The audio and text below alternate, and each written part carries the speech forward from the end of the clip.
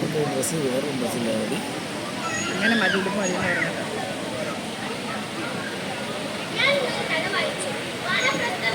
കഥയുടെ പേര്.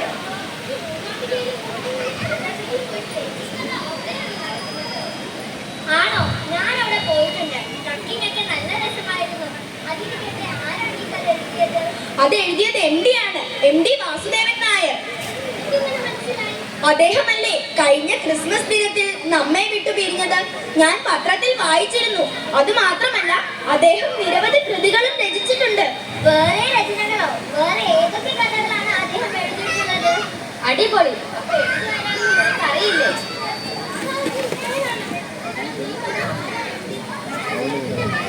ഇല്ല, അവരെ മൈക്കിലോട്ട് നോക്കിയാൽ കഥകളോ? ചന്ദ്രനെ തോൽപ്പിക്കാനാവില്ല മക്കളെ. നീ ഈ ഡയലോഗ് കേട്ടിട്ടുണ്ടോ? ഇത് മമ്മൂട്ടി പറയുന്നതല്ലേ? ഇതും അതും തമ്മിൽ എന്ത് ബന്ധം? പറഞ്ഞു കൊടുക്കണേ അങ്ങോട്ട്, എന്താണ് ബന്ധമെന്ന്. ബന്ധം? മോളെ, എന്റെ വെറും കഥാകാരൻ മാത്രമല്ല, ജ്ഞാനപീഠ പുരസ്കാരം ലഭിച്ച ഒരു എഴുത്തുകാരൻ കൂടിയാണ്. അത് മാത്രമല്ല, അദ്ദേഹം നിരവധി സിനിമകൾക്ക് തിരക്കഥ ഒരുക്കിയിട്ടുണ്ട്. അദ്ദേഹം എഴുതിയ വടക്കൻ വീരഗാഥ എന്ന സിനിമയിലെ ഡയലോഗാണ് ഞാൻ മുമ്പേ പറഞ്ഞത്. ചന്തുവിനെ തോൽപ്പിക്കാനാവില്ല മക്കളെ. അതെ, നീ രണ്ടാമൂഴം എന്ന നോവലിനെ കുറിച്ച് കേട്ടിട്ടുണ്ടോ? ആ, മോഹൻലാൽ ഭീമനെ അഭിനയിക്കുന്ന സിനിമയല്ലേ അത്? അങ്ങനെ ഒരു വാർത്ത ഞാൻ കേട്ടിട്ടുണ്ട്. ഈ നോവലാണല്ലേ അത്? അതെ, രണ്ടാമൂഴം MD സാറിന്റെ വൺ ഓഫ് ദ ബെസ്റ്റ് വർക്കാണ്. അത് മാത്രമല്ല, അദ്ദേഹം വേറെയും രചനകൾ മലയാളത്തിൽ എഴുതിയിട്ടുണ്ട്. ഞാനിപ്പോൾ ഒരെണ്ണം മാത്രമല്ലേ പറഞ്ഞുള്ളൂ. വടക്കൻ വീരഗാഥ അല്ലാതെ വേറെയും സിനിമകളോ? അത് ഏതൊക്കെയാണ്? അദ്ദേഹം സിനിമ സംവിധാനം ചെയ്തിട്ടുണ്ടോ? ഉണ്ട്, 6ഓളം സിനിമകൾ അദ്ദേഹം സംവിധാനം ചെയ്തിട്ടുണ്ട്. അത് മാത്രമല്ല മോളെ രസം, അദ്ദേഹം 54 സിനിമകൾക്ക് തിരക്കഥ ഒരുക്കിയിട്ടുണ്ട്. 54 സിനിമകളോ? അതെ, 54 എണ്ണമുണ്ട്. മമ്മൂട്ടി അഭിനയിച്ച പഴശ്ശിരാജ, മോഹൻലാലിന്റെ സിനിമയായ താഴ്വാരം, സതയം എന്നിങ്ങനെ നീണ്ട ഒരു ലിസ്റ്റ് തന്നെയുണ്ട്. ഞാൻ അദ്ദേഹത്തിന്റെ കഥകളിൽ നിന്നും മനസ്സിലാക്കിയത് നമ്മുടെ മലയാളികളുടെ ഒരു ജീവിതകാല ചക്രം തന്നെ അദ്ദേഹം തന്റെ രചനകളിലൂടെ അവതരിപ്പിച്ചിട്ടുണ്ട്. വാനപ്രസ്ഥം മാത്രമല്ല, മഞ്ഞ്, നാലുകെട്ട് തുടങ്ങിയ നോവലുകളും അദ്ദേഹത്തിന്റെ ആണോ?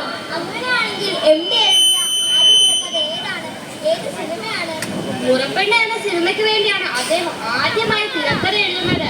പ്രേംനസീറും മധുവും ഒക്കെ അഭിനയിച്ച ഒരു പഴയ പടം, പക്ഷേ ഞാൻ കണ്ടിട്ടില്ല. കഴിഞ്ഞ ദിവസം ഇതേ ചോദ്യം ഞാൻ എന്റെ അച്ഛനോട് ചോദിച്ചിരുന്നു. അച്ഛനാണ് ഈ ഉത്തരം എനിക്ക് പറഞ്ഞു തന്നത്. അപ്പോൾ അദ്ദേഹം മലയാള ഭാഷയ്ക്ക് നൽകിയ സംഭാവനകൾ വിലമതിക്കാനാവാത്തതാണല്ലോ. എത്ര വർഷം, എത്ര കഥകൾ, എത്ര കഥാപാത്രങ്ങൾ. എടി, അദ്ദേഹത്തിന്റെ കഥകൾ എല്ലാ കാലത്തും നിലനിൽക്കുന്നതാണ്. നീ കണ്ടില്ലേ, കഴിഞ്ഞ വർഷം OTT പ്ലാറ്റ്ഫോമിൽ അദ്ദേഹത്തിന്റെ കഥകളായ ഓളവും തീരവും, കടുകണ്ണാവ, ഷെർലോക്ക് തുടങ്ങിയ പല കഥകളും ചേർത്ത് മനോരഥം എന്നൊരു സീരീസ് തന്നെ വന്നിരുന്നു. അതെ, മോഹൻലാലും മമ്മൂട്ടിയും സാധുമൊക്കെ അഭിനയിച്ചതല്ലേ? എന്റെ ചേട്ടൻ കണ്ടിരുന്നു. അതിൽ ബിജു മേനോൻ അഭിനയിച്ച് പ്രിയദർശൻ സംവിധാനം ചെയ്ത ശിലാനിക്കുന്നതിനാണ് ചേട്ടൻ ഇഷ്ടപ്പെട്ടത് എന്ന് വീട്ടിൽ പറയുന്നത് കേട്ടിരുന്നു. ആണോ? അങ്ങനെയാണെങ്കിൽ എനിക്കും അതൊന്ന് കാണണമല്ലോ. അദ്ദേഹത്തിന് കിട്ടാനായിട്ട് ഇനി പുരസ്കാരങ്ങൾ ഒന്നും തന്നെ ഇല്ല. 7 നാഷണൽ ഫിലിം അവാർഡും 21 സ്റ്റേറ്റ് ഫിലിം അവാർഡും അദ്ദേഹത്തിന് ലഭിച്ചിട്ടുണ്ട്. പക്ഷേ നമ്മൾ മനസ്സിലാക്കേണ്ടത്, അദ്ദേഹം വെറും സിനിമയ്ക്ക് തിരക്കഥ എഴുതുന്ന അല്ലെങ്കിൽ സിനിമ സംവിധാനം ചെയ്യുന്ന ആൾ മാത്രമായിട്ടല്ല. വിശ്വസാഹിത്യത്തെ, അതായത് ലാറ്റിൻ അമേരിക്കൻ സാഹിത്യത്തിലെ മാജിക്കൽ റിയലിസം പോലുള്ള കഥാധ്യായികൾ നമ്മൾ മലയാളികൾക്ക് മനസ്സിലാക്കി തന്നത് MD ആണ്. അതെ, ഗബ്രിയേൽ ഗാർസിയ മാർക്കേസ്.